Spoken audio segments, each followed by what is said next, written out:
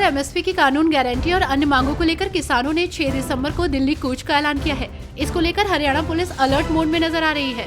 जिंद जिले में दादा सिंह वाला खनौरी बॉर्डर पर भारतीय नागरिक सुरक्षा संहिता की धारा 163 लागू है। पुलिस और अर्धसैनिक बलों की 14 कंपनियों को तैनात किया गया है। पीएम मोदी की विजिट से पहले 7 दिसंबर को सीएम योगी महाकुंभ नगर और प्रयागराज में तैयारियों का जायजा लेंगे। खोया पाया केंद्र और सेक्टर 1 में स्थापित पब्लिक एकोमोडेशन का उद्घाटन भी करेंगे।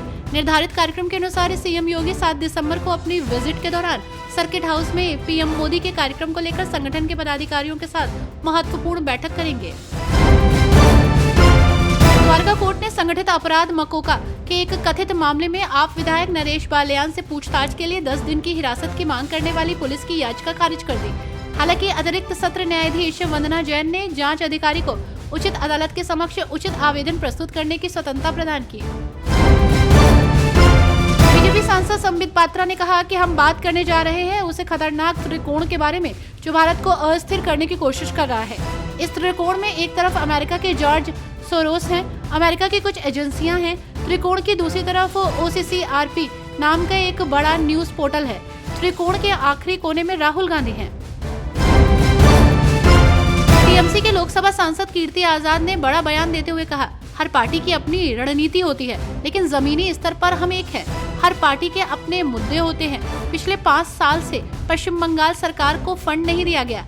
हम इस पर चर्चा चाहते हैं। देश में खाद की कमी है, रोजगार, महंगाई, बांग्लादेश के हालात और सरकार इस पर कुछ बोल ही नहीं रही है। बांग्लादेश में हालात दिन ब दिन खराब होते जा रहे हैं। बिहार से यूपी, झारखंड, बंगाल, ओडिशा और छत्तीसगढ़ के प्रमुख शहरों तक अब यात्रा करना और भी आसान हो जाएगा। परिवहन विभाग ने इन पड़ोसी राज्यों के लिए 300 से अधिक रूटों पर करीब 5000 नई बसें चलाने की योजना बनाई है। परमिट प्राप्त करने के इच्छुक वाहन स्वामी संबंधित रिक्त मार्गों के लिए 30 जनवरी 2025 तक ऑनलाइन आवेदन कर सकते हैं।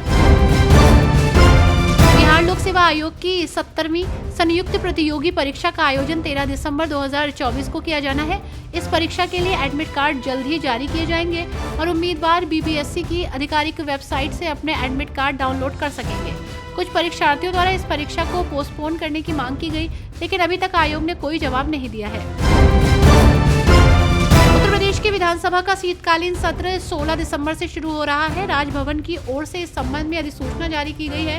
राज्यपाल आनंदीबेन पटेल के हवाले से प्रमुख सचिव प्रदीप कुमार दुबे की ओर से जारी अधिसूचना के अनुसार 16 दिसंबर को सुबह 11 बजे से विधानसभा सत्र शुरू किया जाएगा। साथ ही विधान परिषद का भी इसी तरह से सत्र शुरू होगा। सुप्रीम कोर्ट ने दिल्ली में वायु गुणवत्ता में सुधार के चलते GRAP चरण 4 के उपायों में ढील दी है। इस छूट से लोगों को राहत मिलेगी क्योंकि प्रदूषण के कारण कई गतिविधियों पर प्रतिबंध लगा हुआ था। बताया गया है कि ग्रेड 4 से छूट मिलने से लोगों को काफी राहत मिलेगी। ग्रेड 4 में छूट मिलने से लोगों को काफी राहत मिलेगी क्योंकि राजधानी में फिलहाल प्रदूषण की वजह से बहुत सारे कामों पर प्रतिबंध लगा हुआ है। अजमेर स्थित ख्वाजा मोइनुद्दीन हसन चिश्ती की दरगाह का सालाना उर्स दरगाह में शिव मंदिर होने के दावे के अदालती वाद विवाद के बीच 25 दिन के बाद यानी कि 1 जनवरी से शुरू होने जा रहा है। 6 दिवसीय उर्स का झंडा दरगाह के बुलंद दरवाजे पर 28 दिसंबर को चढ़ेगा। ख्वाजा साहब के उर्स में देश भर से लाखों जायरीन आते हैं।